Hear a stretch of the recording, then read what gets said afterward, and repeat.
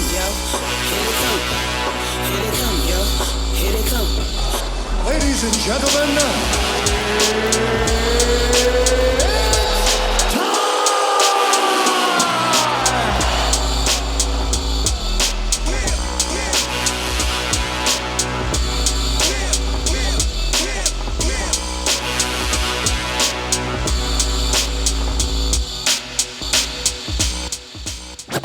from the top. 1 2 1 2 1 2. Mic check.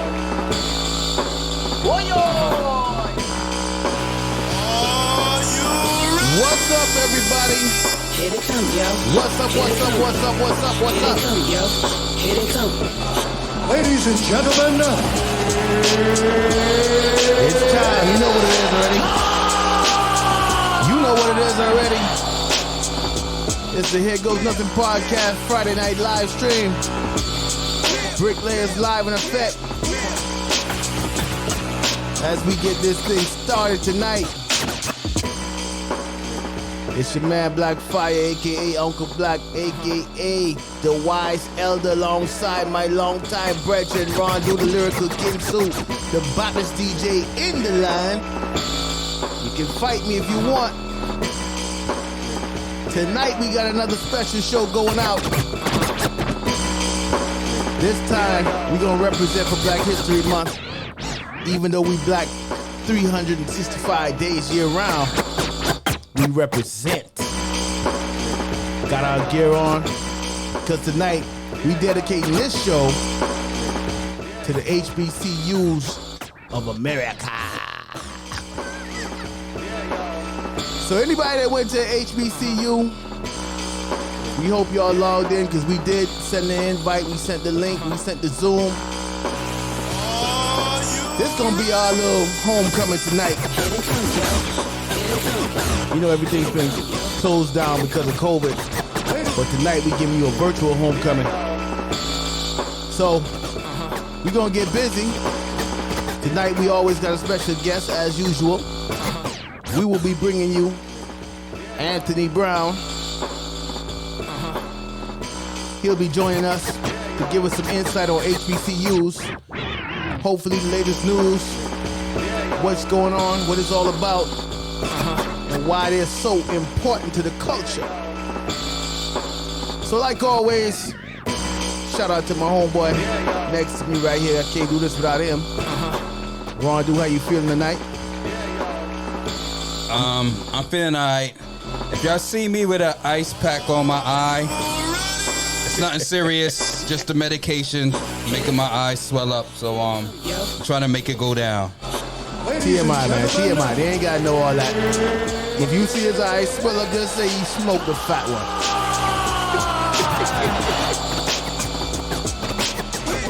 It's the meds, all right. It's that green med, that high grade. What up, peoples? Who's out there? I see we already got a few people in the Instagram live. But like I said, if you want the better experience, then follow the link to Mixcloud, where you can see the whole show broadcasted live, video and all. And you don't have to worry about us being taken down by Instagram policies. Shout out to Mixcloud, always coming through in the clutch. So once again, what is it all about? It's all about HBCUs tonight. Who's out there? Who's representing? We're gonna do some throwbacks. I think I want to hear like some stuff from 1991, freshman year, of course. Here they come, yo. Here they come. So about 10:15, we're gonna bring on our special guest and have a little conversation, of course. Until then, we're gonna give you a quick mix. Rondu, you got something for the people?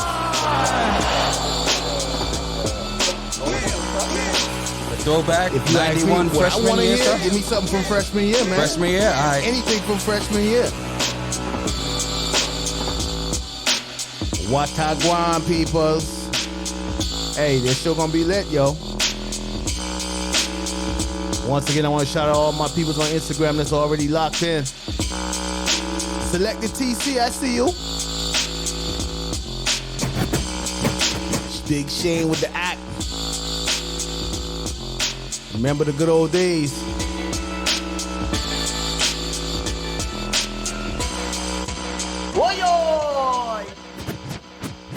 Once again, this is our special guest tonight, Anthony Brown, president of the United Negro College Fund Alumni. We're going to give him a warm round of applause. Uh-oh, that's not my applause, as usual.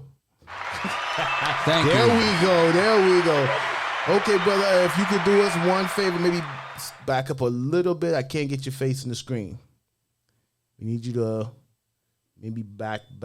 Or lift the camera up a little bit. Yeah, tilt your camera up. We got neck and beard. A little bit neck, higher. beard, and nose. we a little bit higher. You can't get it no higher. Let's see if we can make some adjustments here. That's a lot better. That'll work. That's a Yes, lot better. we Can got you hear us? Yeah. Oh, we hear you fine too. Good. That's very well. All right, so once again, we're going to give him another round of applause. All right, as he sips that tea, I hope that's some tea you got there. Yes, it is. All right. I've been working today. That's what we do late night, keep them vocal cords right. So what's going on, my brother? Man, listen, if I had your hand, I'd give mine back. Shoot, you ace in the deuce. I ain't holding but a bunch of clubs in my hand.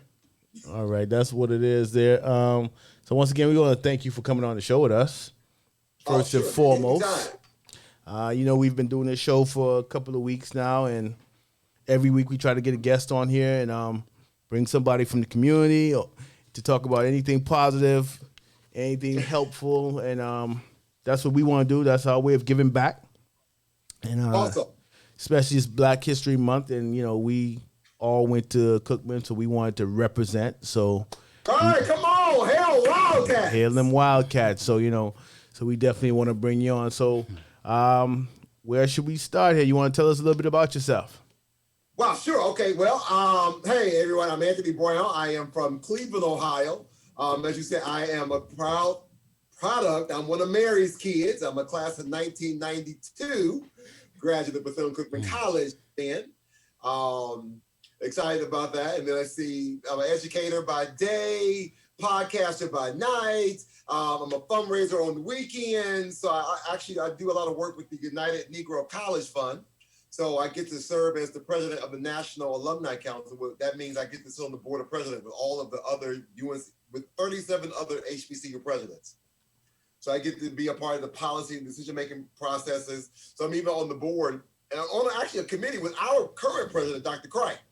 Okay. Like with him and some of the other college presidents there, making some decisions and how we can help impact and support HBCUs. We made a big effort last year. I did a courageous charge just last year in 2020 in the midst of the pandemic, and was able to raise $138,000. Wow. That deserves an applause. Yeah, that definitely deserves an applause. Listen, it was like a one-man crusade. I had some other people helping me, but for the most part, yeah. So that was last year. I'm already at $10,000 as of today. I'm a little over $10,000 today. Wow. So what is the goal? My goal is to don't stop, don't quit. Let's say I want to raise more than last year. I want to go bigger, better than last year. So what was the total last year? So last year was $138,000 in 2020. Wow. So where's all that money go? So it's always divided up, and it goes to every one of our schools. So it depends. So every week I pick like 2 or 3 different HBCUs, and that whatever money is raised for that week goes to those schools. Oh, now, wow. Others. So this week I'm raising money for Virginia State University and Lemoyne Owen College. And every week we rotate and pick another group of schools. Now Bethune-Cookman, our week is actually the week is in July. So it's the week of Mary McLeod Bethune's birthday. That was just, I didn't choose it, it just happened that way. Hey, God ordained it that way. Definitely. So are you the That's only? a little bit about me. Are you the only one doing this type of service, providing this, or? I'm quite sure there were others. So part of my role and responsibility is to work with alumni chapters and alumni organizations across the country, not just Bethune-Cookman, but to help other HBCU alums to show them how they can use this world of social media and how you can use technology as one way of fundraising. So I'm not the only one doing it, but I'm just trying to give them, here's another strategy that you could use, because some people weren't using it. or looking at other opportunities of how we can engage alumni through membership, because even in this virtual space, you can do some creative things to get alumni to get involved, pay alumni dues, have an active voice. Since I'm talking to two Wildcats right here, you know, and I know we're doing, even on tomorrow night, I mean, I literally just left a planning meeting because we're doing an alumni membership rally for Bethune-Cookman tomorrow night. And so I'm actually hosting that show for our alma mater tomorrow. So it's a show, it's a podcast. What exactly is it? Well, actually, that's gonna be just it's gonna be just a Zoom, like a pep rally of sorts. So we got some alumni chapter presidents gonna give some remarks.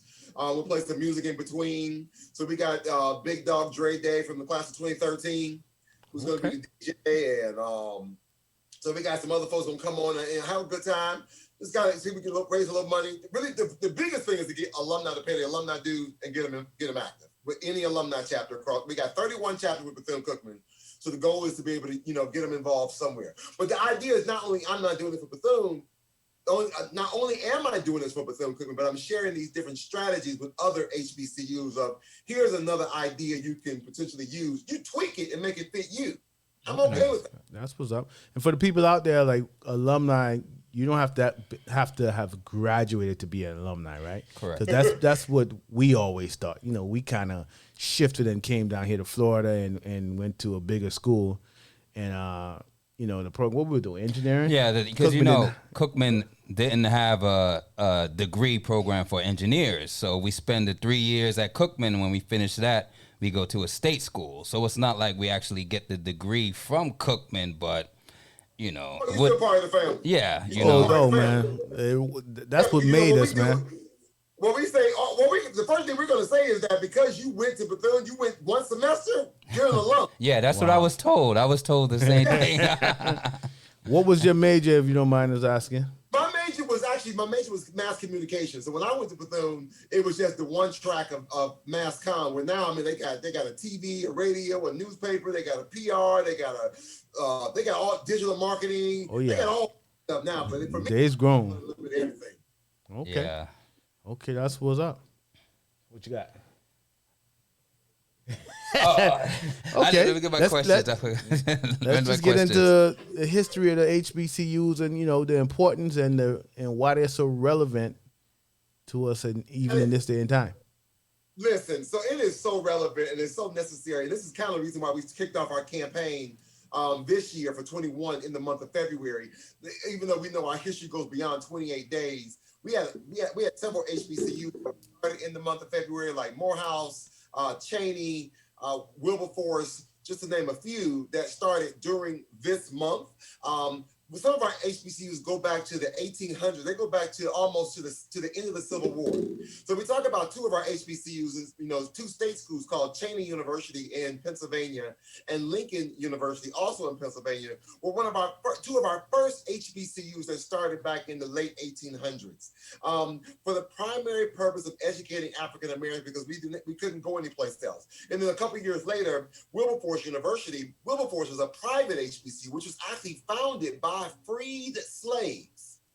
Back in the 1800s, and they decided, listen, we want to go to school. We can't go anyplace else, and so we're gonna start our own. So that's what we started doing. So we started to create our own opportunity because we realized after the Civil War, you know, they made us fight in their war. Meaning they, you know, of course, they made us fight in their war, but we don't get all the benefits. Even like today, we don't get all the benefits of everything that we should be getting. You know, some of us still waiting on our 40 acres of the meal.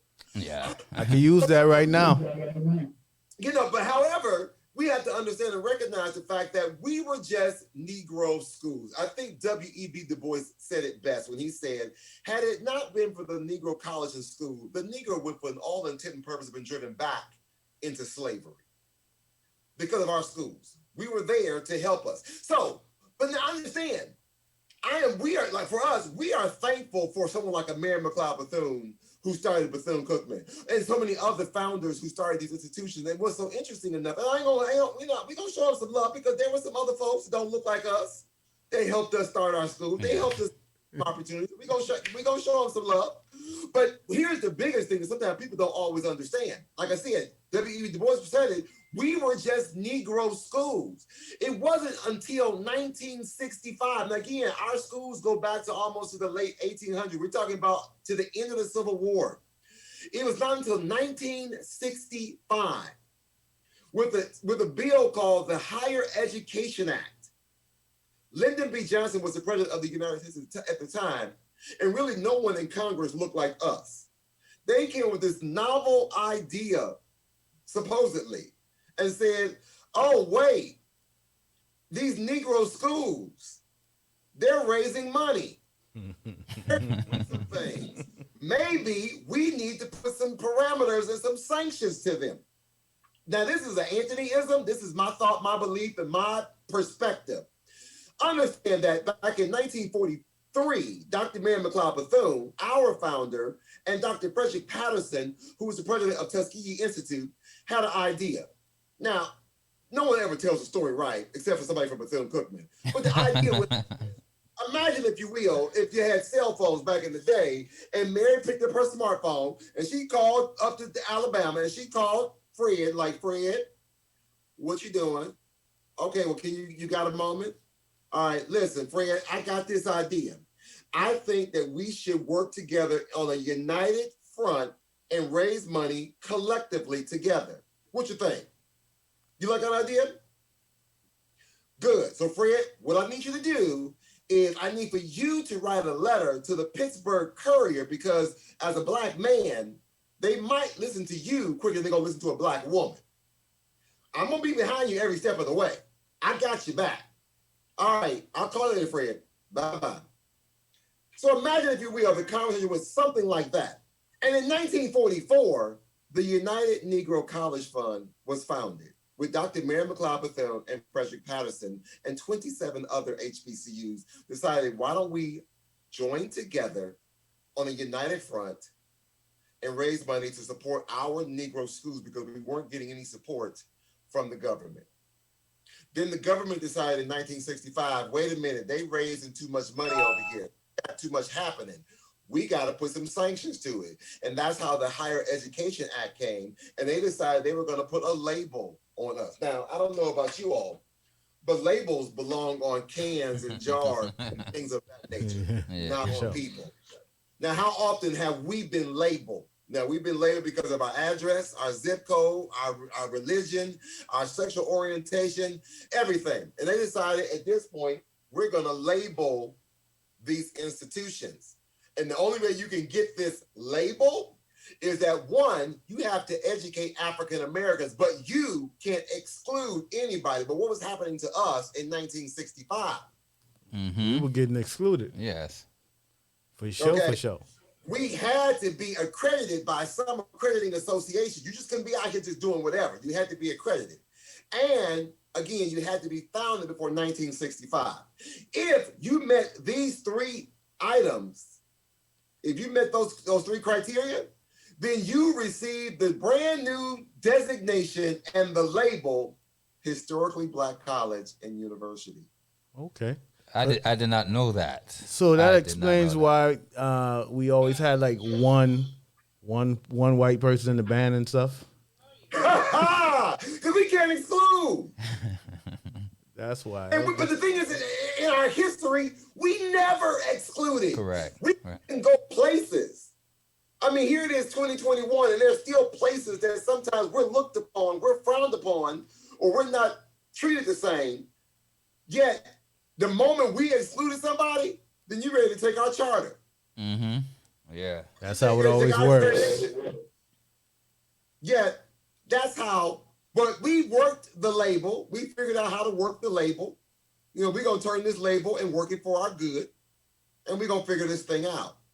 And so we've been doing that. And whether you're, so the only thing that makes us different than like, what makes Bethune-Cookman different from Florida A&M University? The funding source. And the better band. Well, of course. Shout out to my rattlers out there. But I mean, that's the only difference between us and FAMU, or between a Morehouse and a Howard. It's just the funding source, because at the end of the day, we all were trying to educate African Americans. We all were trying to do the betterment for our community. and anybody else who wants to come. So we all family. That's what's up. I agree with that. One thing that kind of concerns me is I know a few people who graduated from HBCUs and they feel like the degree is not worth the same as if they went to someplace like, let's say an FSU and got a degree there, the same type of degree. Do you think that there is something in play where, okay, let's say you have two candidates going for a position, they look at those who went to an HBCU as like the value of the degree is worth less than someone who went to school for the same thing at FSU, and their degree is valued more? I've seen that before, where people have the same degrees, but since you went to a HBCU, we really don't value your education as much as if you went to FSU or UF or something like that. So really, I would want to challenge the alum, or the HBCU alum, to say, did you value your experience, first of all? Because I don't slight my degree from Bethune-Cookman from anybody from Harvard or Yale or any place else. I am just as good and just as qualified. It's all about your perspective. My biggest thing is, I was thinking about this earlier today. 0% effort is going to yield nothing. If you put nothing in on it, of course you're not going to get anything out of it. But many of us, whether you did your 3 years and you went and you had to go elsewhere to finish your engineering program, and I did my 4 years, the fact that we put in the work, you had to put in that effort to be able to make it valuable, to make it worth something. I had a friend, one of my high school classmates tried to think that my degree was less than because I went to an HBCU and she went to some prestigious, predominantly white institution here in Ohio. Yeah, but I'm like, but girl, it's 6 years and you still in school. What the hell? Yeah, but we also know half of them celebrities, and they pay to play to get their kids in them schools anyway. They be dumb as hell. They buying them degrees. Listen, I had my son when he was in high school, he was being courted by several different schools. He had a pretty decent GPA. So I used to always tell my son, don't be like me, be better than me. But I used to like, listen, because I was stuck on stupid and parked on dumb when I came out of high school. And I'm so glad Mary McLeod Bethune started this school with 5 little girls, dog, put in faith in God, because I wouldn't.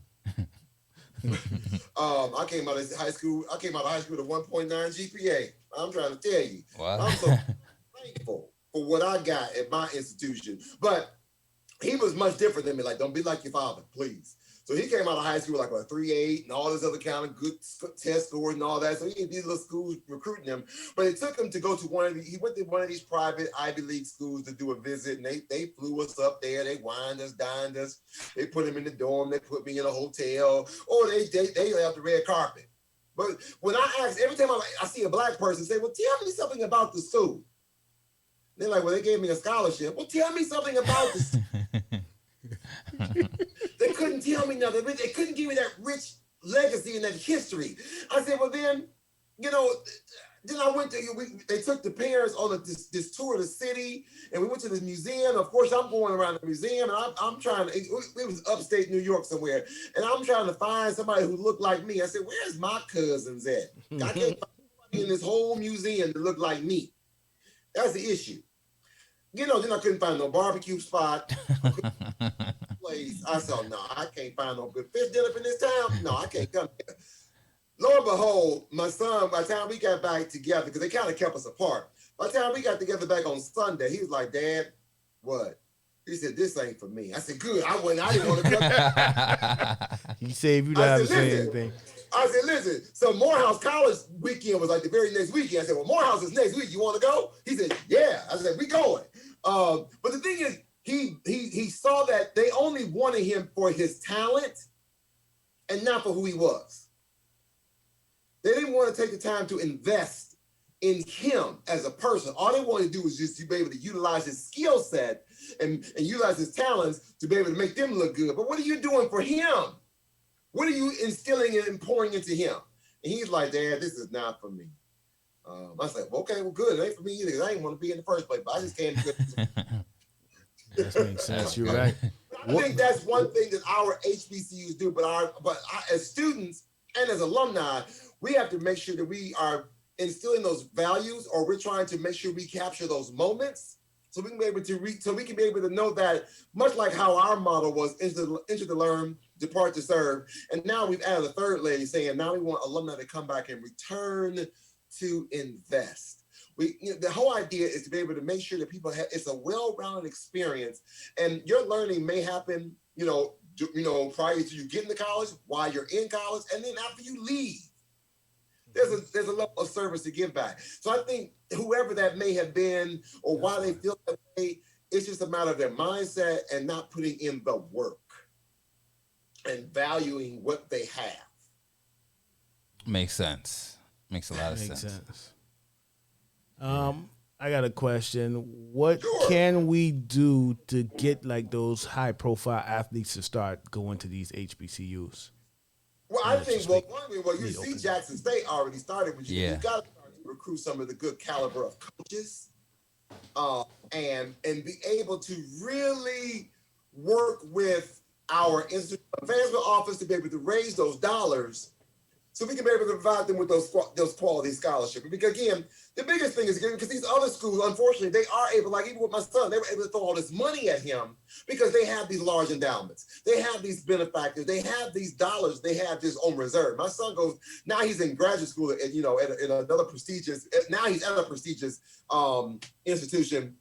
And so I'm like, dude, but he's taking advantage of it. But first, he doesn't he doesn't slight his HBCU experience. But the thing is, he's like, Dad, because of the pandemic, they're going to extend my program, and it's going to be a 4-year program, it was a 3-year master's degree program. I'm like, great, who paying for it? Like, they are, but they just got it like that. Our schools don't have those endowments.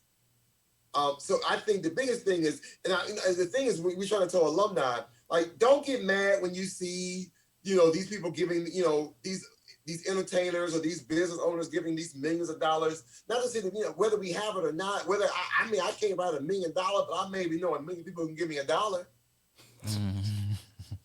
It's all about perspective. Yep. Yes. So that means I got to put that hustle in. That's 100% hustle. I got to put in some more work to get that dollar from the 1 million people. Because I don't have $1 million just to write. So it's just a matter of really trying to find ways of how we can engage benefactors, or ways we can be able to recruit these top tier kind of coaches and leadership to put them in places. Because now, look, Dion over there at Jackson State, it's just the name alone. Some people just going because of the name. Mm-hmm. Oh yeah, Coach Prime. They want to be part of the prime time experience. Yes. Oh yeah. So, but hopefully that'll trickle off into some other places. I mean, I know that, ever since, since the pandemic and Black Lives Matter and everything's been happening and people did social injustice, it's like HBCUs or really anything black is the new thing. I mean, that's we knew all over again. We knew, like we already knew we were, we already knew. But now, everybody else, just like your whole insurrection in DC, like, we've been trying to tell y'all this forever. Now y'all realize that we've been telling y'all this. Yep, they were trying to make us think we were crazy. But now it's the end thing. So, don't get me wrong. I'm not going to tell anybody who want to give us some money. We ain't going to tell nobody no. That's what you're not going to do, is say no. But at the same time, we don't want to just lean on the laurels of these other folks and not put in some of the work ourselves. And how we can be able to help support our athletic departments, our band and choral programs, our academic programs, our science and technology programs. What can we do? What part can we all play to be able to recruit that top talent? Yeah. That's good. That's good. I think it starts at home, though. The culture. It does. The culture. I think people be looking for that. I was talking to some colleagues the other day, and we were just saying, maybe we need to start just talking to high school students. We need to go back and start talking to middle school students, start planting that seed in middle school or something. So that way, what to 9th grade, I already understand the importance of what a GPA is. Because sometimes some people understand what that GPA is, like me. I didn't understand what a GPA was until my senior year. It was too late. Me neither. Me neither. We just went to school. I still got into college, but it was a struggle. I ain't gonna lie. Because in my year, I took our remedial class. I still did it in 4 years. I had to put that work in.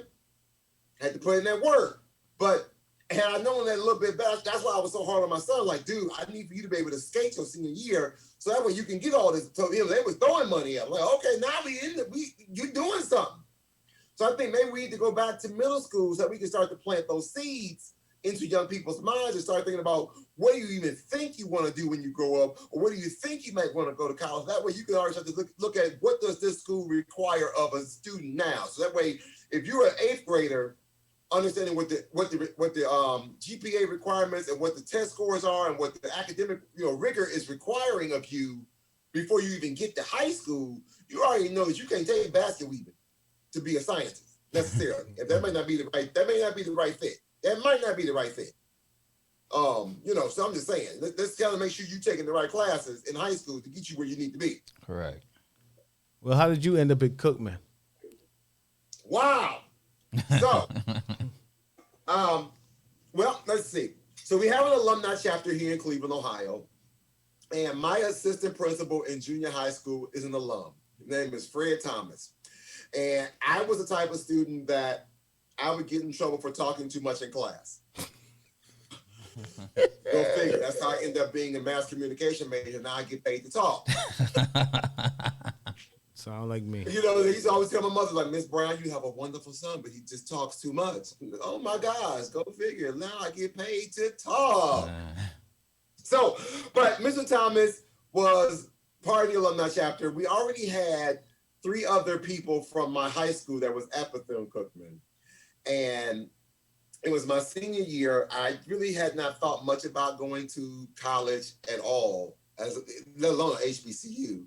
And I mean, I knew about here in Ohio, we have 2 HBCUs. We have Wilberforce University and Central State University. But, of course, those who live in the state where your HBCU is, sometimes you get that misnomer of thinking, oh, they a party school. Well, I think any school could be a party school, just a matter of how you prioritize your time. So the concert chorale under the direction of Dr. Rebecca Walker Steele came to Cleveland, Ohio on spring tour. And Mr. Thomas said, Anthony, you coming to this concert? Mr. Thomas, I want to come to this concert. Anthony, you coming to this concert? Mr. Thomas, I'm not taking no for an answer. You better have your butt in this church for this concert. Okay. So I went. I sat front row center and I heard the concert chorale sing. I had never heard a choir sing like that choir before in my life. And I said, OMG, I want to sing like that. Now, mind you, I have been in high school and junior high choir forever. We never sounded like that. And being a black choir, I went to a predominantly black high school. We didn't sound anything like that. I'm like, oh my gosh, I want to sing like that. So after the concert, I was talking to my 3 friends that I knew from my high school, and they were telling me about the school. They gave me a brochure, and they told me that I went and met Dr. Steele. And I met Dr. Steele, and I told her, I said, well, look, I don't have the best grades. I didn't even think I could go to college. I didn't think I could go. I didn't think I was smart enough. She said, no. No, the excuses are tools of incompetence. We're not hearing that. Okay. I know that one. Yeah. So, yeah. Let me switch hats then. Hold on. Let me switch hats. Oh, alpha. Okay. So she's like, we're not taking that as an excuse. So she said, make sure I get your application. Give me all your pertinent information. We're going to figure this thing out. So I end up applying. I think I don't finally send it. I think I sent the last of my paperwork right after high school graduation. So I didn't know where I was going until maybe like a month before I had to be in school. Wow, that's late. If we had to be on, freshmen come earlier, we had to be on, let's say we had to be on campus by August 15th, I probably got accepted July 15th. I got accepted like 30 days or so before we had to be in school. Wow. Because I got accepted to, some local schools here in Cleveland, but I didn't want to stay here. I wanted to get away. And so at that point, after meeting Dr. Steele and hearing the choir, they kind of, I still had the potential to go to school, even though I had a 1.906 GPA. Go figure, I had 1.906 GPA. Yeah. Wow. And they kind of gave me the hope that I could go to school. We're like, okay, well, I can. So I got accepted on, with some conditions. I had to take the remedial classes, and I went. Had never seen the campus before in my life. My mother and I flew down. Literally, we drove through the campus because I had never seen a campus like that before, because the college campus is here in Cleveland, are much bigger. It's a much more metropolitan area. You know, you see these big high-rise buildings. These big all this. I mean, it's real tight. So to get to Daytona Beach, and we're driving down Second Ave. Again, it was Second Ave. We got it was Second. Yeah. Too, right? Yeah. So we're driving down Second Ave. We literally drove through the campus. And didn't even know. You know what I mean? We saw the building, but I just saw a brick building and some grass. Then you see a house and you see some. I didn't know what that was. We drove through the campus, got all the way down to whatever, almost to the beach side. Like Nova. Where's Bethune? Like, oh. You didn't have GPS to tell you made the wrong turn. But yeah, so that's how I got there, man. I got there, like I said, and then again, my mother stayed for about a week, and made sure I was all settled, and I stayed in Lefevre Hall my freshman year. Lefevre. Did they have that big flat screen? Not flat screen. That big floor model TV down there at the bottom. In the lobby. Yeah. With that one in the possible payphone that might work. Oh yeah. Damn, listen. Yeah. Oh my God. And I just grinded out. I mean, there were some days when I thought I was gonna give up. At the time I met my wife then, the first day of school, my freshman year. Wow. Yeah, I mean, we're not married anymore, but we still good people though. Yeah. We got divorced a couple years later. I mean, a couple years ago we got divorced, but we still good people. Matter of fact, we literally talk. I think we're better friends than we were a married couple, because we literally talk almost every day because we have a son. So I talk to her today actually. So she's listening or watching. Hey, Latasha, how you doing? But but the fact, I mean, I got some. Of course, going to an HBCU is not like going to a high school. Going to a predominantly black high school. It's not like going to a historically black college. But I say, here at HBCU, you got to live with these folks. When I tell you, but you all see, I used to tell people, I tell students all the time, especially when they watch a Different World reruns. Listen, I was like, I literally thought, in my mind, Dwayne and Whitley were my classmates. Yeah. When they were a freshman, I was a freshman. When they were a senior, I was a senior. When Dwayne really got married, I got married. I mean, I just grew up with them. They were my classmates. Every Thursday night, 8:30, from Joyner to Meg's to J-Flo to Brian, the lobbies was always packed. The lobbies was full at 8:30 p.m. every Thursday night because we was watching Different World. And we all sitting there like, how they know what we did on campus today? The story was so similar, like that just happened. It was amazing. It was amazing. Yeah, we need more shows like that. Oh man, definitely. But, what's some of your best memories, man? Woo! Okay, let's see. Did you do the penny raid?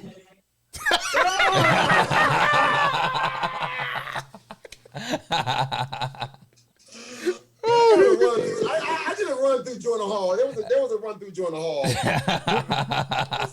Let's see. I'm gonna say they don't even have this anymore now. Well, they don't have it now because of COVID. But for when I was there, when we were there, I would say the pre-dawn dance.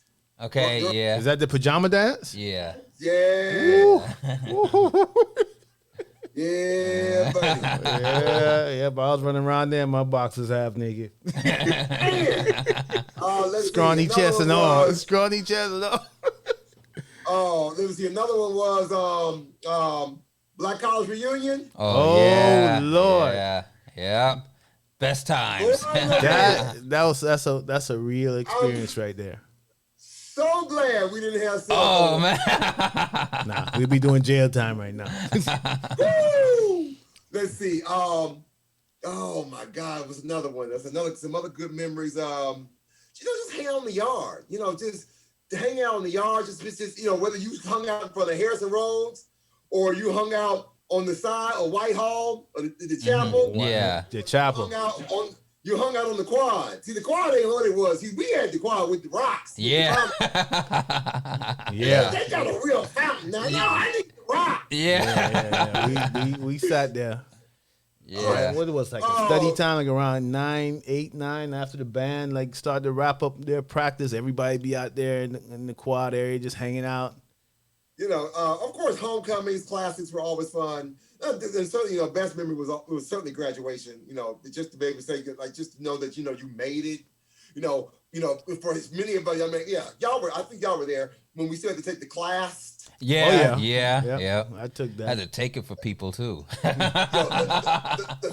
Oh my! Wait, that was so funny. Not say it's funny, but I passed everything but the reading on the first try, only because I went to sleep on the reading test. I couldn't pass it. I fell asleep and didn't finish it. Now everybody was mad at me because like some of my class was just like, they're like, how you pass the math? Like, you know, math was always hard. I think I had just finished a math course, so it was still fresh in my mind. I was like, oh, this I'm here.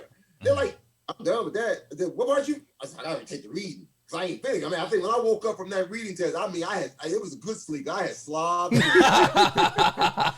You must have had a long night.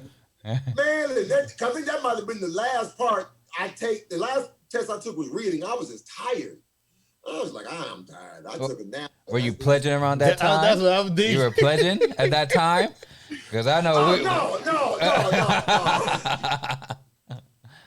No, but I just couldn't get it together. I was just tired. I was so concerned about the math. I really was, because that was always painstaking for some people to take that math part. But I mean, I took it the next semester and passed the reading with no problem. And plus, it was flying color, but the fact that I just fell asleep on it. I think I probably would have passed on the first try had I went to sleep. So I mean, I'm gonna say that was a favorite memory, but that was still a memory that we had to do. Okay. Were there any professors at Cookman that have inspired you to this day or motivated you to be who you are? Of course, Dr. Steele. Dr. Steele. May she rest in peace. She was amazing. She was no nonsense. Dr. Bray. Even though I wasn't in band, whenever there was opportunity where the band and concert chorale did some things together, just to see the two of them coexist and be able to manage. And so, at that time, band was like 200-300 people. Concert chorale was like 150-200 people. For them to be able to manage all that, that was amazing. Let's see. There were Dr. Akinley. He was my professor in mass communication. He's now the president or chancellor in North Carolina Central. He was phenomenal. My goodness. I mean, he got us. As a matter of fact, he actually gave me, he hired me when I was, because being in mass comm, we had to take television class, right? So we're in a television production class. And he hired me as a part-time worker to work in the mass comm and the TV production class in the studio. But then the guy I was working up under got sick, so it was just me and this other student that were kind of managing this TV studio in the evenings. And so when we got into our advanced television production class, he's like, Anthony, your job, your grade is based on everybody else in the class passing. Wow.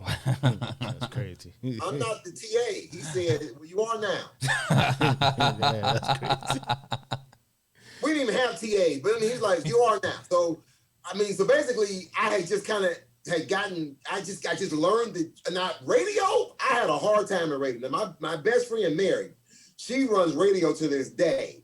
And does like the back of her hand. I struggled in radio where she struggled in television. So we used to help each other out when we got to those classes. Like, Mary, I got you. And then she had me over there. But, but the fact that I had to make sure everybody had their productions done, whatever, they projects, they papers, everything. So I didn't have to do one because my name was a part of everybody else's credits.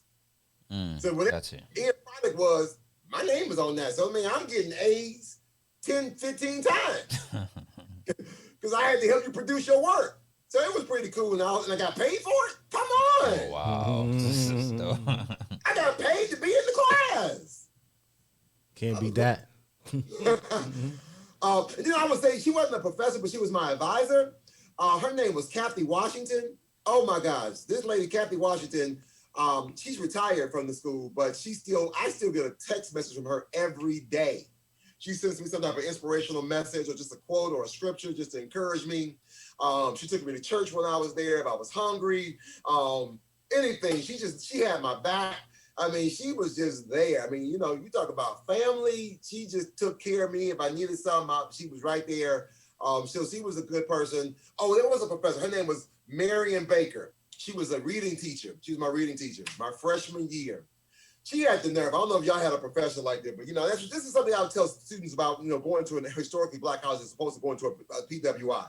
Because we're going to look out for you. We're going to take care of you. And because we're going to, and I would say this question right here, I do this all the time with my students, like, well, number one answer, if you take a survey right now, and you ask students, and the number one answer, this is,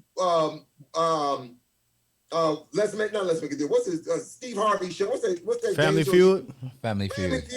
Family Feud, number one answer, only one top answer on the board.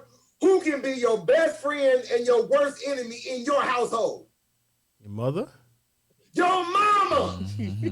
That's what every HBCU becomes, your mother. That's true. Because treat you like your mama, but your mama. You're very right, because we had... They'll talk about the fact, you know, if you go to a PWI, you know, it's supposed to be diverse. Why would you want to go to an HBCU because it's going to be all Black people? No. Because, see, we're going to get you ready for the next level of your life. Now, when I went to graduate school, it got so much easier. I got a B in graduate school and got pissed. Like, I don't get no B. What you mean a B? But I took the B. But we're going to treat you like your mama. Marion Baker, reading class, over there in, what's that little building on the corner, across the street, right on the corner, next to the old church, where they had the General Studies building, right there on the corner. Across the street from financial aid or admissions, whatever that office is. Oh, I know you. I don't know what the name. I can't remember what the name of that is. Y'all know the building I'm talking about. Yeah, I know what you're talking about. Right on where all the vendors be at now when we have. Okay, I know the area you're talking about. Okay, so I had a class over there. I was in my dormitory, room 119, Lefevre Hall. I was watching Young and the Restless. You know, if you ever watch Young and the Restless, my grandmother had me growing up on Young and the Restless. If you ever watch Young and the Restless, anybody, any of your listeners or your viewers, listen, if Victor Newman is wearing all black on Young and the Restless, you know it's about to go down. That's a legendary character, too. It's about to shake. If he wearing black, it's something about to go down. It was something going down on Young and the Restless, and I ain't want to miss it. So I didn't want to go to class. Now, mind you, we only got that one payphone in the lobby. They'll halftime be broke. And so Dean Red, I don't know if y'all remember Dean Red, who was in Lefevre Hall. He ended up, you know, he ended up moving to, you know, I think he was in LLC at one point, but he was in Lefevre when I was there. And Dean Red, like, he did the all building intercom. Anthony Brown, you got a phone call in the main office. Who's calling me in the main office? So I go down to the main office, I pick up the phone, and I'm like, hello, you all right? I didn't catch the voice. I knew what my mama. You good? Yeah, I'm fine. I'm thinking talking with my friends. You sure you good? I'm perfectly fine. You not sick? No. Anyway, you know, you go to the infirmary, they're gonna give you them all-purpose pills anyway. Did y'all have purpose pills? Remember that one pill they give you for everything, whether you had syphilis, gonorrhea, you stumped your toe, you got a headache, you get that same pill. Now, how is one pill gonna cure a cold and syphilis at the same time? Yep. It was an all-purpose pill. Infirmary. I ain't gonna hold you though. But anyway, she said, Negro, didn't say Negro. You got 5 minutes to get your butt, didn't say butt, to class. I said, what now? Your mama did not send you 1,000 miles away from home. Now, how did she know it's 1,000 miles? Because she was from Columbus. And so Columbus is 2 hours south of Cleveland. Okay. She kind of knew. She's like, you ain't, your mama did not send you 1,000 miles to watch Young and the Restless. Get your butt to class.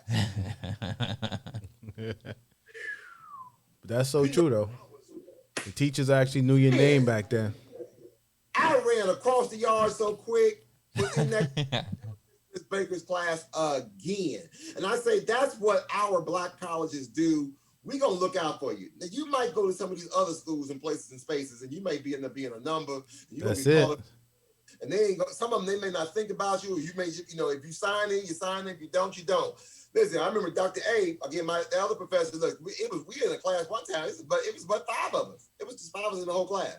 So most times we never met in the classroom. We met in his office. We meet in the library. We meet in the snack bar. We met at the beach. We meet at his house. We just meet wherever we felt like meeting. Because it wasn't but 5 of us. That's the advantage of going to a small HBCU. Now you got some of them larger ones, I don't know. But you're gonna still get some tender love and care. But nothing like going to Bethune Cookman. I'll tell you, it was nothing like. Yeah. Yeah. Okay, so you're talking about a lot of the good things you experienced. Let's talk about some of the the bad times and the periods where you thought like, all right, you're not gonna make it out of here. You know what I'm saying? Because I think we all went through that. Like, should we even continue on this path of school? Maybe school isn't for us. Can you discuss some of those times you went through? Mm-hmm. So I think one was really my freshman year, because again, I didn't think I was college material yet. And I was in Dr. Parande's math class. He was a math professor. And mind you, when I was in high school, you know, things are much different now in America as far as education is compared to when I came through.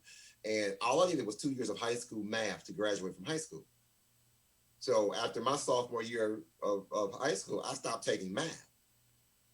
And when I got to Cookman, that's why I scored so low on the placement test, because I couldn't remember and didn't know how to do it. I just said, to hell with this, I'm not doing this. So I got put in, 110? Or the lowest math possible, because I didn't know it. And I just, at one point, I think my freshman year, I was like, I'm not doing this. I hate this place. First of all, fish out of water, because I grew up as an only child. Now I have siblings on my father's side, but I didn't really grow up with them. So I was already a fish out of water. I didn't know, I mean, even though not only did I have the 3 people from my high school already there was another one of my high school classmates, her and I graduated together. So there were 5 of us total from my high school. So at least I had some sense of family.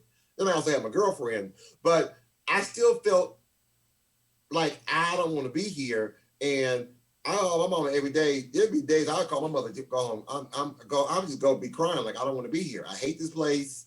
I just felt like I was this socially awkward person at the time. I had not grew into who I am today. And I was like, I don't want to be here. I hate this place. Though as much as it was a great place, I didn't think it was great for me. So I came home after that winter break, my freshman year, and I was like, I ain't going back. I just wasn't going. I wasn't. My mother said, well, no, I'll just finish out the year. So, okay. Now, mind you, my mother was really banking on it because my mother took out a second mortgage because my father didn't help me. My father was around, but he didn't help me go to school. My father figured I was going to drop out anyway, like my brothers. And so my mother was like, no, we're going to finish this out. We're going to stick it out as much as you can. She took out a second mortgage. We're going to figure this thing out. So I went back second semester and I said, okay. So I started going to the math lab and I started getting some extra tutoring help. And I said, okay, maybe this is not so bad after all. And I, started to utilize the resources because there were resources that any school, whether Bethune or any other institution that may have, but I think sometimes our pride gets in the way and doesn't allow us to take advantage of what's right in front of us. And I didn't take advantage of that at the time. And that's why I was giving up so easily, as opposed to taking advantage of it and just taking that step or taking that first step to get the help I needed because my pride wouldn't let me. Once I kind of got me out the way, okay, it's not so bad after all. So I said, well, of course I stayed with it. That was a big hurdle I had to get over my freshman year. As we started to transition throughout the other years, it was really more so just learning how to play the game. After a while, we all had to learn how to play spades. Or any other, you had to learn how to play the game. Now, mind you, when you first started playing spades, you was probably trash. Yep. Because if you don't establish some house rules up front, that's the first thing you gotta do is establish them house rules. Because if you don't understand how to play the game, then you can't be my partner. You got to be able to know how to read my body language. You got to know the signals I'm going to tell you.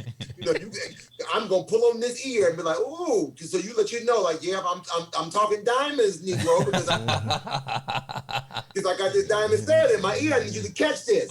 I need you to be able to catch these things. But then once you game,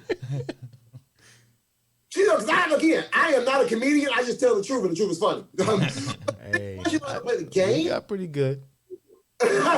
Then I think things got a whole lot easier. I mean, again, remember registration in your freshman year compared to when your second, third, fourth year of school? Registration got so much easier because you knew how to play the game. I know what I got to do to skip this line. No registration. That's why we didn't have a problem standing in no line, with somebody, when it came time to vote. We've been standing in line forever. And you get right to the front of the line and they're talking about, I'm going to lunch. Be like, what the? It's 6 this morning. Oh. As soon as you get in front of them, out to lunch. So you learned how to play the game. And once you're able to once you master the game, you just start to apply those principles to other things in your life, whether it's, your clubs, your organizations, your fraternities, your sororities, your networks, your family, your friends. You start to make those connections. And I think it just got easier over the years. Once you got past that life lesson, learn how to play the game. And I tell that to anybody, just learn whatever it is. Learn how to play the game. Did you spend your whole time on campus? Oh, no. Okay. I stayed in Lefevre freshman year. I moved into LLC. Well, it's got a name for it. It was there when. Yeah, LLC was there. I moved into LLC when it was brand new. Yeah, it was brand new, like 91, 92. Yeah, so I was the first class to move into the LLC. So I lived in LLC my sophomore and junior year. And then my senior year, I did move off campus, but where I moved off campus to was right on Cypress. They named it something. It's another street now. It's gonna still be Cypress Street to me, but it's that back street, that back road behind LLC. I moved up, but where I lived, I was in the same walking distance from my apartment from LLC. Like, so if I didn't feel like, 'cause I had my car, if I didn't feel like driving, I could just walk to campus. Because my mother freaked out when I moved off campus at first. She was like, oh my gosh, you off campus. Like, Mama, it's not that bad. Because my mother only saw Bethune-Cookman twice. My mother saw Bethune-Cookman when she dropped me off and when she came to graduation. One time she see. It didn't get rougher when you moved off. I know for us, like, them free meals in the cafeteria stopped, and we had a hard time dealing with that. So Daniel, you know how to play the game. I knew, you know how it was back then, like, what color is the ticket? Yeah. Oh, we had to draw full of tickets, mind you. We had to draw full, and we had friends on campus that was too bougie to eat their food, and we'd go get their tickets. You knew what color ticket? They on yellow? Hold on, let me see. Or, then I also was good with Miss Daisy. I don't know if y'all remember Miss Daisy. Yeah, Miss Daisy, yes. Because you can at least go in, because the cafeteria now, I mean, listen, sometimes I still hear students complain about the cafeteria. Like, what? The hell up talking to me about the cafeteria? This cafeteria is gold. It's go on me now. What they got today, compared to what we had, gold. So, at minimum, only thing we had as a buffet was the salad bar. So, I mean, sometimes during lunch, I would at least go in there and get a salad. I could always go in there and go get a salad. Because, ain't nobody really patting you down for no salad. They ain't salad. So I'm just going to slide in through the side door. Unless they had some chicken. And it was fried chicken Wednesday or fish on Friday, I'm going to find a way to get in that line. Because by the time I got to my senior year, I wasn't in Concert Chorale senior year, but of course I knew when Concert Chorale went to dinner. So typically, Concert Chorale would go to dinner by 4:30, or by 5:30. Then band come right after them, and then football comes right after band. So I knew what time Concert Chorale went to dinner, so I could kind of ease in with Concert Chorale, because most people just, because once you was in Concert Chorale, once you were in band, once you part of them big groups, they just think you're always going to be part of those groups. So I would just go to Concert Chorale. You know, because you thought I was still part of the choir. Yeah. Yeah. Yeah, we did some stuff like that, but we got caught and one day. Was it Rob? They came and took his tray from him right in the middle in front of everybody. Super embarrassing. You know, but then at the time, you know, also remember, I don't remember, you know, Mr. Steele, who ran the cafeteria, was Dr. Steele's husband. So as far as he was concerned, I was in constant corral. Oh yeah. Hey, Mr. Steele. All right, y'all go. Y'all at the rehearsal? Yes, sir. I just got here a few minutes early. Knowing good and well I'm on campus. But I would leave the radio station and meet my friends from Constant Corral and we all go to dinner together. Wow. Good time. Yeah. It's a hustle. It's a hustle, man. So we That got 100% hustle. You got to put that work in. So I got a question here on Mixcloud. You want to know what type of resources are available to find funds for our kids to attend these HBCUs instead of taking out these loans, and then we can get into some loan stuff. Awesome. So again, the whole idea of today is 100% hustle. I was just writing a story about that a few moments ago, right before you all called on and said, "Hey, we ready?" And I said, you know, what did I say? And I talked about that very thing. Again, you got to put that work in. It's not about luck. So it's 0% luck, 100% hustle. And even if it is luck that got you to the opportunity, you still have to put in some preparation to get you that opportunity. So don't worry about the luck. You just got to put that work in. So let's put some work in. So one piece of work for anybody, especially going to a historically Black college or university, I talked about earlier how Dr. Mary McLeod Bethune and Frederick Patterson started this organization called the United Negro College Fund, right? Which we are a member institution of UNCF. So any student going to, especially one of our UNCF schools, we support 37 private HBCUs. However, we have students on scholarship at over 1,100 schools across the country. You're like, wait a minute. Yeah, so again, the whole idea was the fact that we wanted to help African Americans go to school. We prefer for the African Americans to come to our schools, but sometimes the funding may not always allow you to go there because we may not have that major. Like you all talked about how your engineering program, you have to go us for 3 years and go someplace else. Because sometimes the funding wants to support a particular program, but it may not be at that school. So sometimes they may have to go elsewhere, which is okay. So if you were to go to our website at www.uncf.org, again, uncf.org, and you go to our scholarship page, any student can start a scholarship portal application. I say a portal application because you can always go back into the system and update it. So once a student does it their senior year in high school, they can go back and update it their freshman year, their sophomore year, junior year, so on and so forth. And in that portal application system, it'll start to generate you scholarships that are in our database that fit your criteria based off of your residency. So it may be scholarships just based off the fact you live in Ohio or live in Florida or live in Texas, or you live in the metropolitan area, like you're just from Dallas, you're just from Los Angeles. There's scholarships for that. Or you want to major in the science, you want to major in communication, you want to major in education. Those scholarships are there. One of the nice things about it, because this is something that Dr. Bethune and them started off when they wanted to make sure students had an opportunity, an option. They wanted to make sure it was accessible to as many students as possible. So scholarships with UNCF start up at a 2.5 GPA. That's a C+ average. Because so often you see students getting, the 4.0 students, the 3.5 students, they're always getting all the money. Yeah. Mm-hmm. What about the C student? They want an opportunity. Yeah. Now I had to bust my ass before I finally got a scholarship my senior year, but I could 0% luck, 100% hustle. Had to put that work in to finally get there. But so we wanted to make sure that it's accessible to students to be able to, to have the opportunity to apply. So that would be that would be one of my top ones I'm always referring to people. There are other websites you can go to.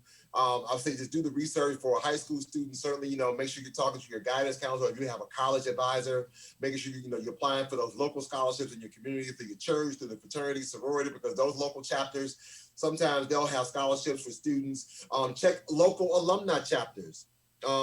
because sometimes they offer scholarship opportunity. You know, a matter of fact, the local alumni chapter here, where we have a consortium group of HBCU alums collectively here in Cleveland, and they thought it so fitting to name a scholarship in my honor. So they're here in Cleveland, Ohio. If you're going to an HBCU and you want to major in the performing arts or in communication, you can apply for the Anthony H. Brown HBCU Art Scholarship. I think that needs an applause. Okay, for sure.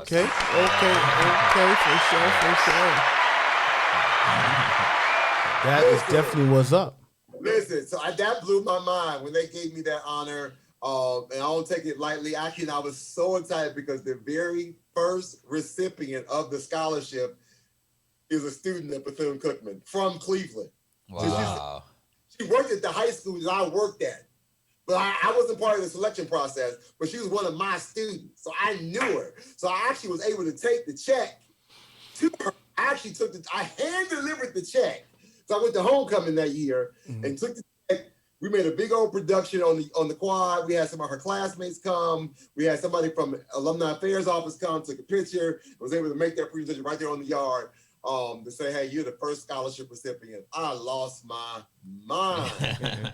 Yeah, you should be proud. That's dope. Oh, and then another resource I want to share with your listeners, not only do we want to talk about college, scholarships, but sometimes college access is also a barrier for some of our students. I mean, even though I know things have been a little bit more relaxed because of COVID, but there was a time when paying for a college application was very costly.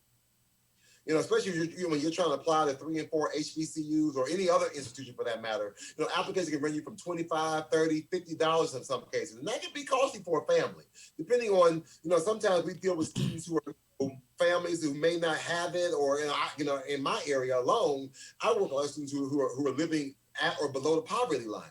So, and they want to go to school, but the first thing is just getting accepted because I don't have the money to pay for the application fee.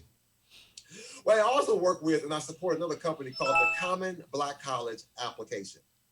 And through this application, you can apply to 60 historically Black colleges with one application and one fee.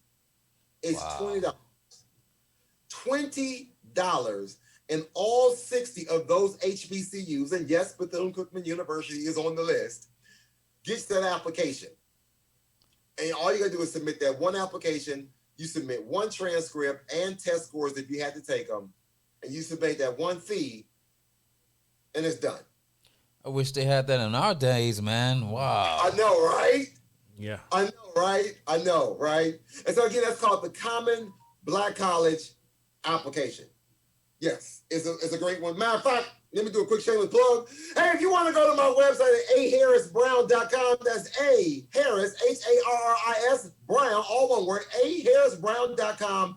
I got a promo link on my website. You can just take you right to that application. You can go and take care of it. Matter of fact, if you send me a message, who knows? If you go to my website, you send me a message, I might even pay the $20 for you if anybody's listening right now. All right. I hope y'all hear that out there. Yeah. So I'm going to give y'all like at least 48 hours. I'm going to give y'all 48 hours. So that means right now, if we're listening to this show on February 26, 2021, you got until midnight or 11:59 p.m. February 28th to send me a message. Go to my website at aharrisbrown.com. Send me a message through my website, and I will see about taking care of that $20 for you. Definitely what's up. That's great of you. That's very great of you. That's definitely what's up. So, you got something wrong? Yeah, as far as like schools, because to be honest, I wasn't even planning on going to college. I didn't decide I was going to college until December of my senior year. That's when I started applying because I had no plans of going to college. But it wasn't until I got tired of all the other nerds, and I was in the honor society.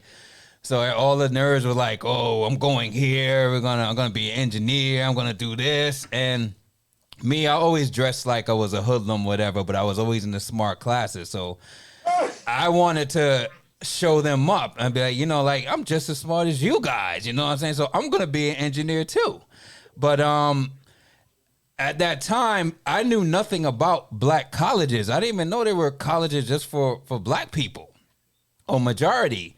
All I did at that time is I knew I really didn't want to go to school because there was a lot of people who didn't look like me, because back then I was a black revolutionary and all that stuff like that. I was militant. So I said, I didn't, in my mind back then, I was like, I don't want to go to school with devils. So, you know, so I'm not going to go to school then. But it was like somebody from Cookman came to our school and I was like, oh, they have black schools. And I started researching. Then I found out about Morehouse, FAM, and all that stuff like that. But my school did not provide any of that information. None of it. I didn't know anything about black schools. The only thing I knew about black schools was A Different World and School Days. That's all I knew. That's all I knew. But it was kind of too late. So I ended up applying for Cookman and Morehouse. Got accepted to both. I wasn't sure where to go. I was like, I like girls, so I want to be wherever the girls are. I don't want to be where it's just a whole bunch of dudes. But I didn't know Spelman was over there because I didn't know anything else about, you know, the other black schools and stuff like that. So I said, I'm gonna go to Cookman, you know, and that's where I ended up. But the thing is, where you from? I'm from New York. But initially, the schools didn't tell me anything about that these schools existed. I did not even know that. Nope. And it's like I see pamphlets and stuff from Penn State and Fordham University and you know all the schools from up north, but nothing that was a HBCU. I didn't even know they existed, and I don't know if that's done purposely, that they don't want us to know about that, or it's just maybe they didn't know. I don't know. Yeah, I think, you know what, it's interesting you say that because, again, I remember when a lot of, unfortunately, people just think that, again, some people do think that we're less than, or because some of our schools may lower their standards to give every student an opportunity. We're not lowering our standard. We're just making it more accessible and attainable for somebody to go to school. Because had I not went to Bethune, I don't think I would have went to school. I didn't think I could do it. My guidance counselor, again, who doesn't look like us, said, well, maybe you should just go to work after high school. Oh, wow. I ended up working with him. He ended up becoming one of my coaches. I ended up going back to my high school to work. I became a teacher at my high school.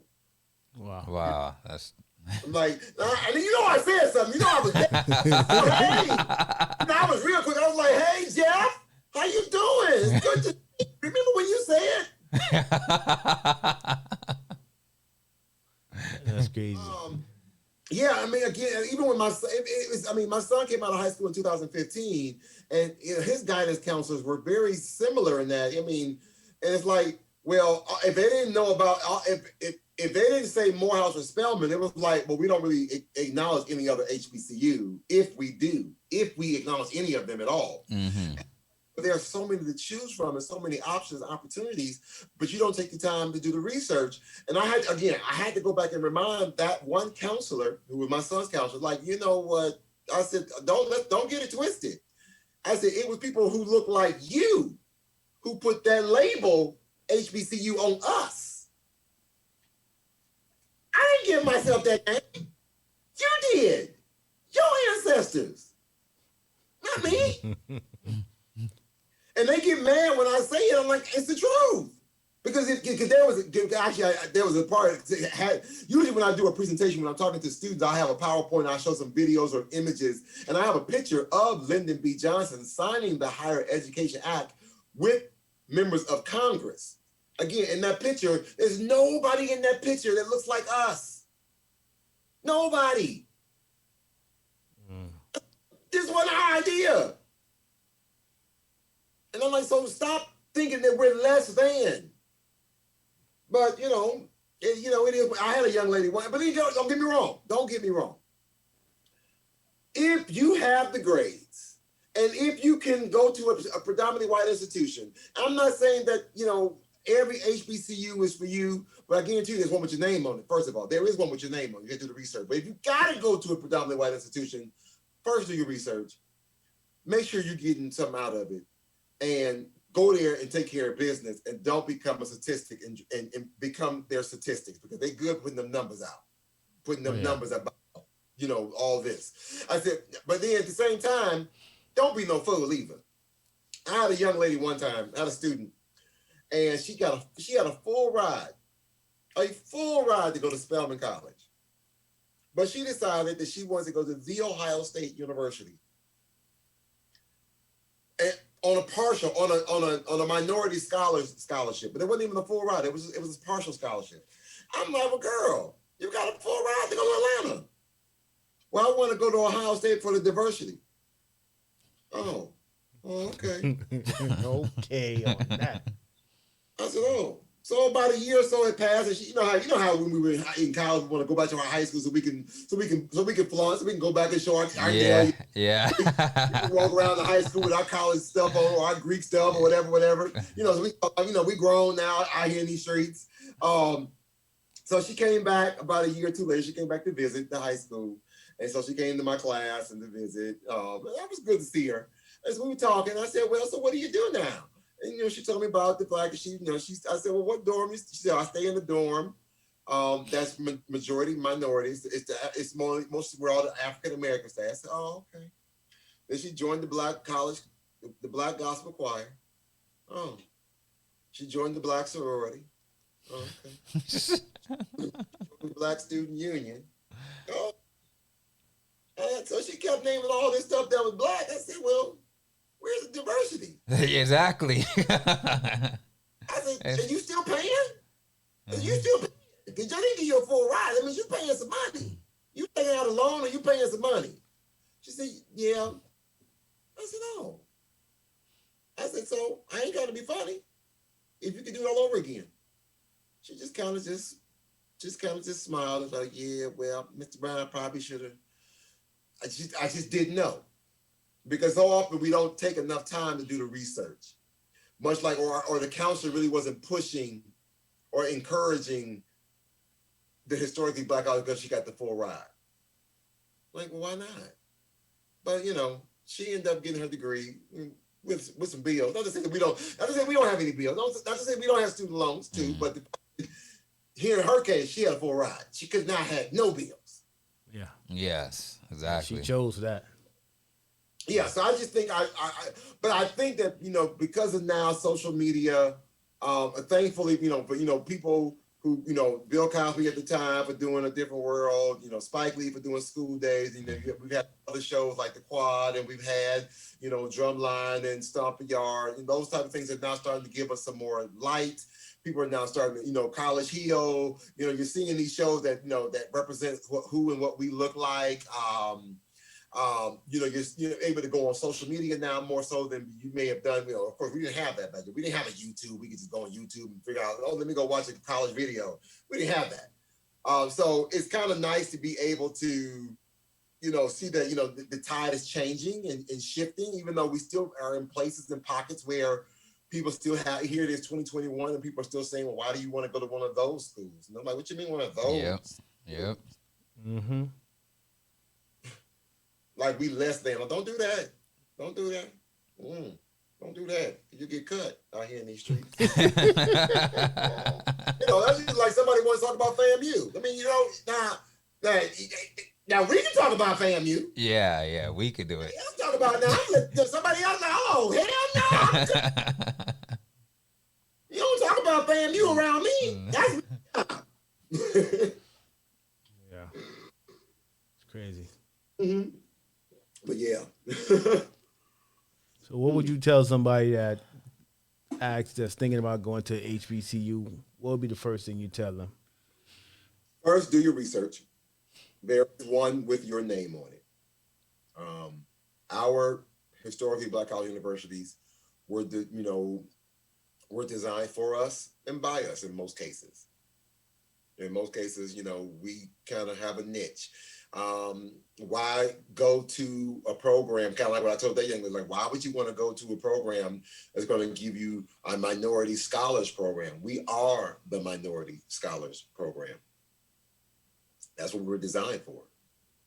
we were designed for us. We were designed to have those spaces and places where we can be able to excel on our own competitive field. So that way, when we got out here into the real world, as they call it, I felt socially adept and comfortable that I could be able to compete with anyone.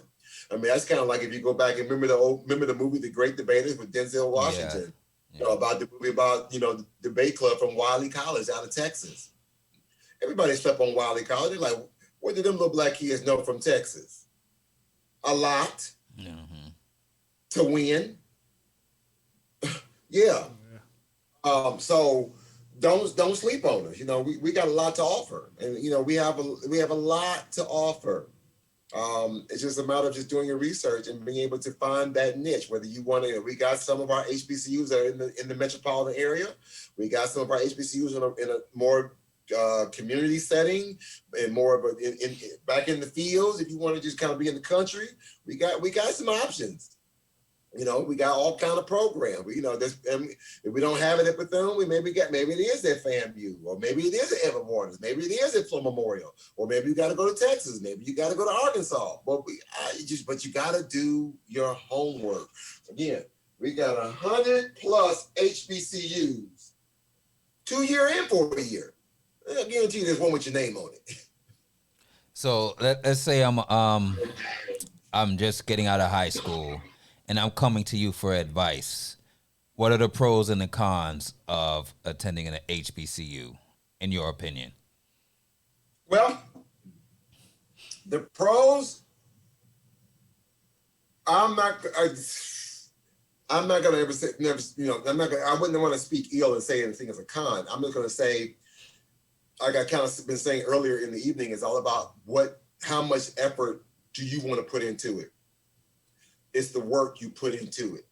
What you put in. If you want to get paid, you gotta work.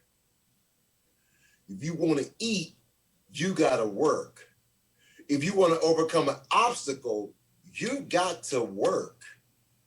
If you want a college degree, you got to work. It's not going to just come.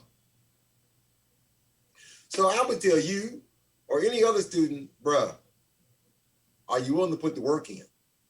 Now, while you put in the work, we're going to have some fun. Now, we're going to have some fun. We're going to go to the beach. We're going to have a good time. You know, we're going to throw some parties on the yard. We're going to have some social activities. You know, if there's not a program or activity that we don't currently have, maybe we can find enough students who are interested in it and we'll create it. This is your home away from home. So let's make it work for you. So let's learn the game of life. Let's figure out the house rules and let's enjoy while you're here. So that way you can join the ranks of so many other alumni who have entered to learn, departed to serve, and now are returning to invest. That's it. That's what I would tell you. That's great. That's definitely dope. I had a question. It slipped my mind. I had a question. Wow. Age kicking in. Got anything you want to do? He said age is kicking in. Man, come on.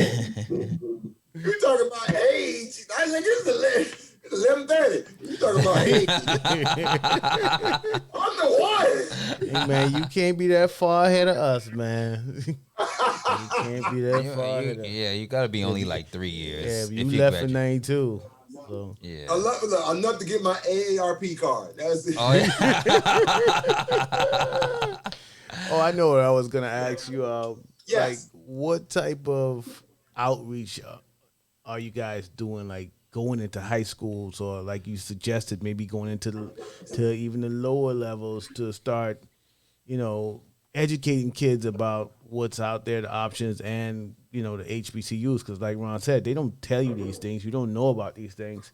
I got lucky because I just had family that went to FAM in Bethune, and they was like, you want to go to school? So, you know, I was like, yeah, okay. And they was like, we going to get you in there. But I hadn't know anything about it like him, never heard of it, didn't know what it was about. you know. Well, let me don't say that because I did go to my brother. My brother graduated in '89, but I went there, but I was a knucklehead. I was like trying to find a game room. I wasn't paying no attention to what was happening, you know. So, and then me coming from the island, definitely we don't get that that type of information over there. So Okay. So I think so a couple of things that we're doing. Well, I would say pre-COVID. So pre-COVID, certainly, you know, our admissions teams from Bethune or any other HBCU, you know, was out doing recruitment fairs and high school visits and things of that nature. Our alumni chapters were also supporting those college fairs locally, maybe at the church or being guest speakers doing career day, or, you know, or especially those educators, those alums who are educators, you know, especially making sure they, you know, you knew I went to Bethune-Cookman. If you walked in my classroom, in my office, you knew I went to Bethune-Cookman. There was no ifs, ands, or buts about it. You're going to see a poster, a banner, or something. Plus, you're going to know all these other HBCUs and Greek organizations in my office. You know, I'm going to show everybody. I'm going to show the whole Divine Nine. I'm going to show them all some love. What's it about? Well, how you getting that? Well, first you got to go to college. Well, how do you do that? First, you got to pass this class. So so first you got to pass my class, then you got to graduate, then you can apply, you know, so it's a process. But now post-COVID, again, I've seen a lot of alumni chapters now. I mean, I've even done them so where, you know, now we're doing a lot of these virtual events. We're doing these, you know, these virtual, you know, webinars and sessions where we're doing these podcasts. We're doing these meet and greets virtually to be able to, you know, just expose families, you know, 2, 3, 5 at a time, 10 at a time, you know, conferences, being able to educate people about, because, you know, we can't worry about other people doing it for us. Just like I said earlier about, we can't worry about these people if they're going to give us, we can't be sitting there worried about, well, we're going to stand in line and see if somebody's going to give us $40 million.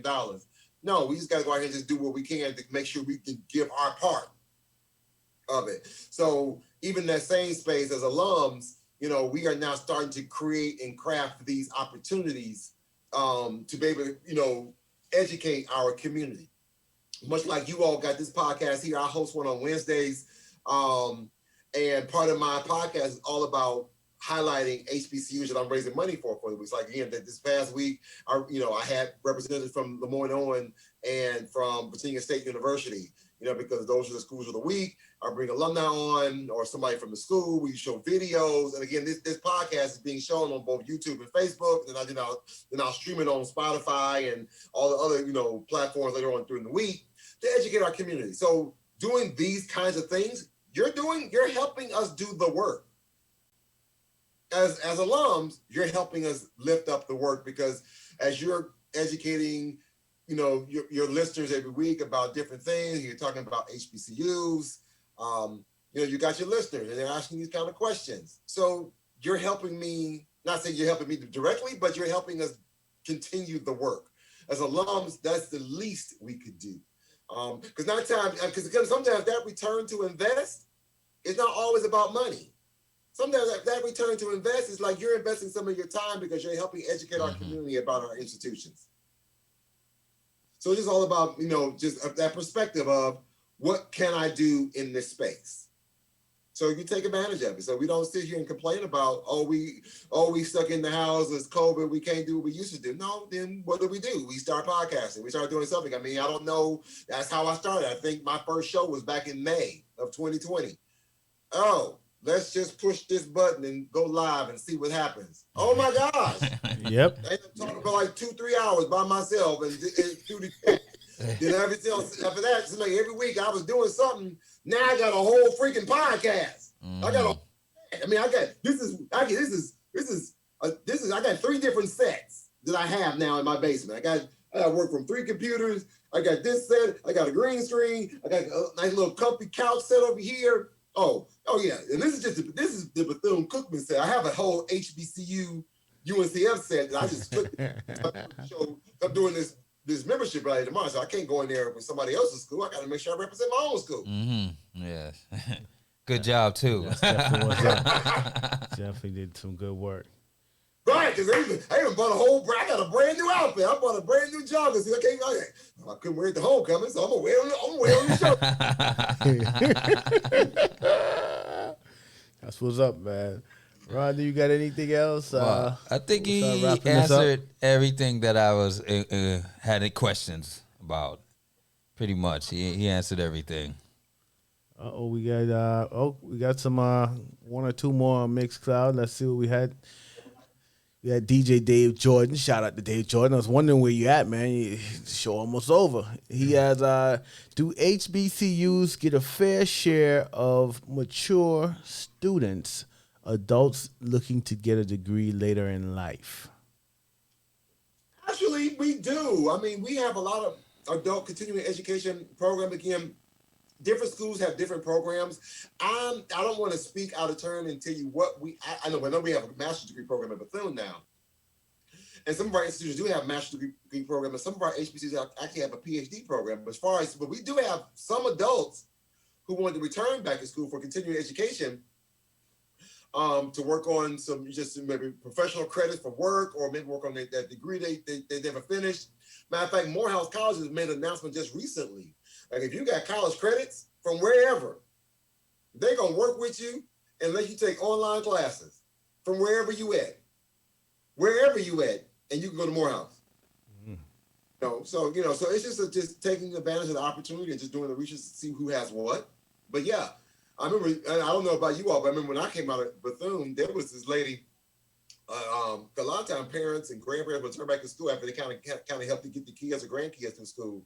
And even though I was the class president, this lady, she ended up coming through and she was like 78, 80 years old, stole the line. I mean, she was the feature of graduation my year, because here she is talking about, look, I done put my kids and my grandkids through. It's my turn.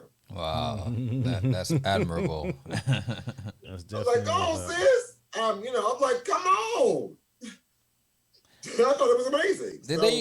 Did they used to have some Saturday classes? 'Cause I remember on Saturdays or Sunday mornings, there was a group of like older people who would be on the campus. And I was wondering, did they have a class for like older people on the weekends or something? Because these people were significantly older. They have it now. I can say when we were there, we had a lot of continuing education, or we had an evening program, we had a weekend program. Yeah, I think that's what it was. And then we had satellite campus. I remember we had a satellite campus down in like Brevard County somewhere.